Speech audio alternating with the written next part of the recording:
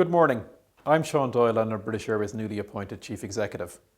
I'm delighted to join you to deliver today's keynote speech, and I wanted to use this session to introduce myself and to tell you that I do not underestimate the challenges ahead. Indeed, the stakes could not be higher for our industry, and I believe we will only overcome many of the challenges we face by working together. For those of you who don't know me, I spent more than 20 years working at British Airways in a number of senior roles and became Chief Executive of Aer Lingus in January 2019.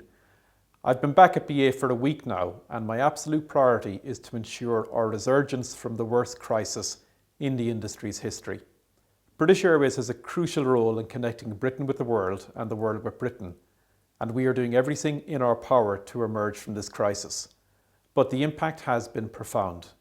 During the 2008-09 financial crisis in Q1 2009, we lost £309 million. In Q2 this year, we reported a loss of £711 million. That was at the very start of the crisis. It's now October, and we know this is not a short-term issue. The huge reduction in travel, and especially business travel, has forced us to restructure our business, seen jobs lost, we sold assets, and we said goodbye to our 747 fleet.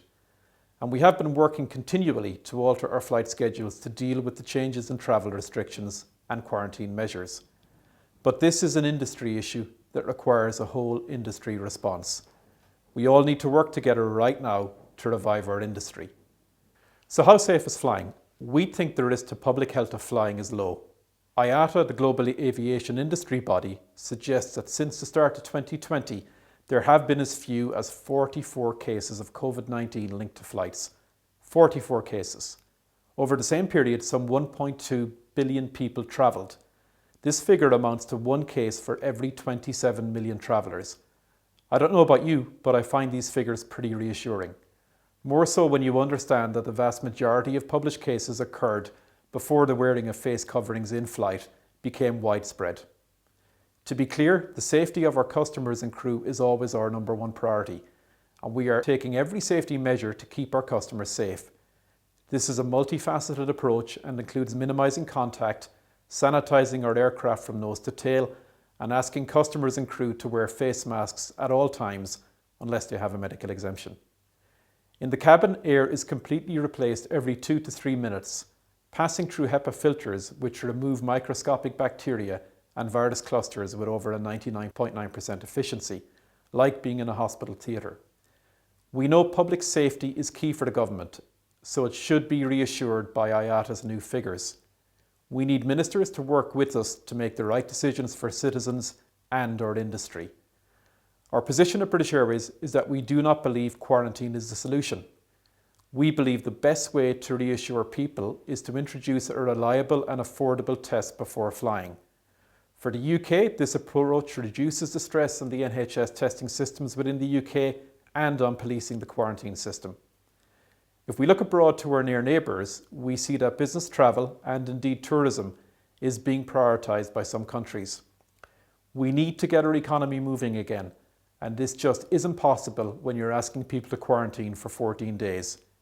It's our view that even if that quarantine period is reduced to say 7 days, people won't travel here and the UK will get left behind. So what needs to happen? We say we need a fundamental rethink. Pre-flight testing lets our customers know the risk of travelling in close proximity to someone who is infected is low, and governments can be confident they are not importing the disease. The decision on which is the most appropriate test is for the authorities to decide, although the antigen test is developing quickly. It is fast, reliable and affordable, but whichever test a country requires, PCR tests included, we think pre-departure testing is the way forward. Introducing a rapid pre-departure testing regime could not be more important. I'm going to use the example of the US to help me explain this. The total loss in trade between the US and the UK is predicted to be £45.8 billion due to closed borders. I cannot stress more greatly that air connectivity between the UK and USA is fundamental for supporting economic growth and trade on both sides of the Atlantic. Pre-COVID, British Airways flew to almost 30 destinations in the US. Now it's less than half that. We normally fly to New York up to 12 times a day. It's now twice per day with fewer than 200 passengers most days. In the first instance, we need to work together on a testing pilot so flights can start between London and New York, traditionally one of the busiest airline routes in the world. To do this, first we need an agreement between the US and UK governments to reopen without blanket quarantine measures. At the moment, we are not getting any support or action, and we're not hearing from governments what they're thinking. Airlines and industry bodies like IATA are offering their expertise to develop health passports, but we do not see government doing any of this. Secondly, we need cost-effective testing before flying, with a quick, safe and accurate test for every passenger on affected routes. I realise that the title of this keynote address is Beyond the Crisis, but I need to be clear that there is a risk that as an industry we will not see beyond this crisis if we do not first address the issue of how we get people flying again. Everything else is for another day. Thank you.